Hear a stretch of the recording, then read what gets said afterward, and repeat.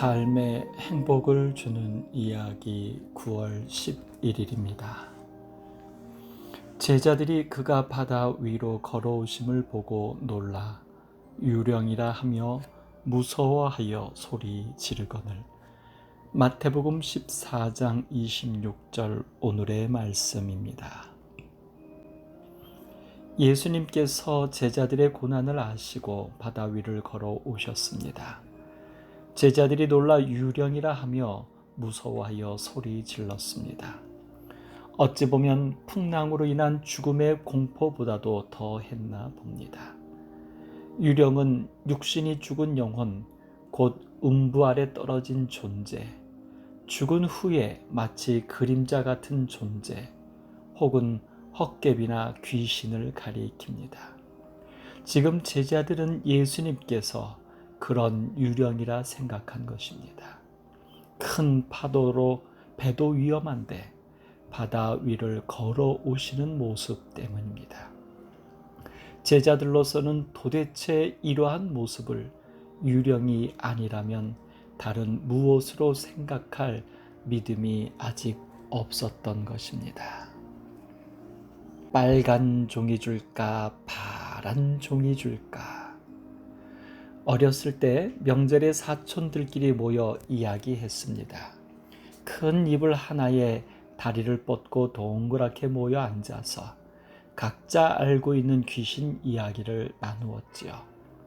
밤이 깊어가면서 귀신들은 늘어나고 원은 점점 작아져 밀착합니다.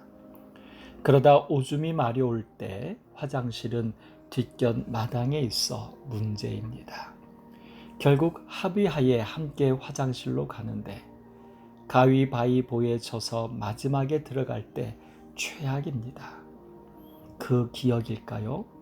아직도 어두운 밤이나 무덤 곁을 지나려면 살짝 무섭습니다. 참 귀신은 그제나 지금이나 여전히 무섭습니다. 조상들이 홍해바다와 요단강을 갈라 육지처럼 걸은 일은 있습니다. 그러나 결코 파도치는 바다를 걸었던 선지자는 성경에도 없습니다. 그렇다고 유령이라고 하면 좀 심한 것이 아닐까요? 왜냐하면 유령은 죽은 사람의 영혼을 일컫기 때문입니다.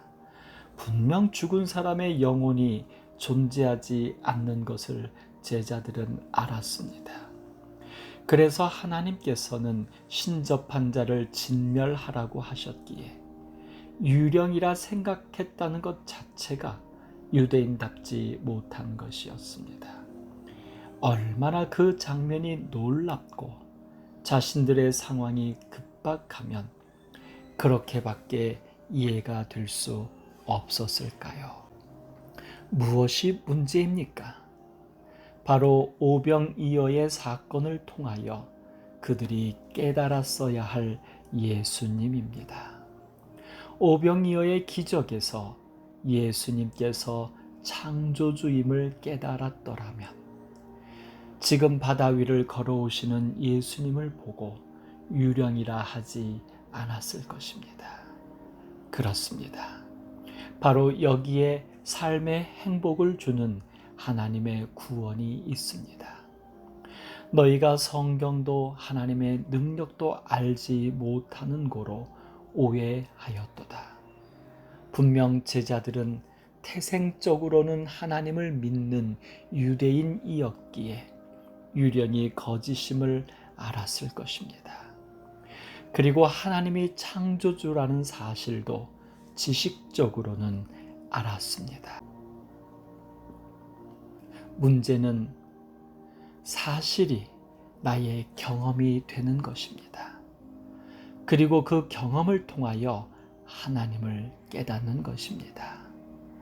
기록된 홍해의 갈라짐과 여호수아 전투의 태양의 머무름이 작은 도시락으로 5,000명이 먹는 사실이 그들의 경험이 되고 그 속에서 예수님이 살아계신 하나님의 아들임을 깨닫는 것입니다.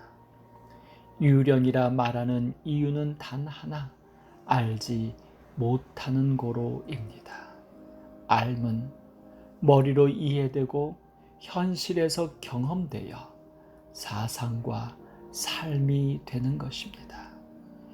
행동이 반복되면 습관이 되고 습관은 품성을 이루게 되는데 사상과 감정이 습관처럼 자연스럽게 하나님께로 향하게 되는 것입니다. 오늘 삶의 모든 경험에서 하나님을 깨닫고 변화되기를 소망합니다. 삶의 행복을 주는 이야기였습니다.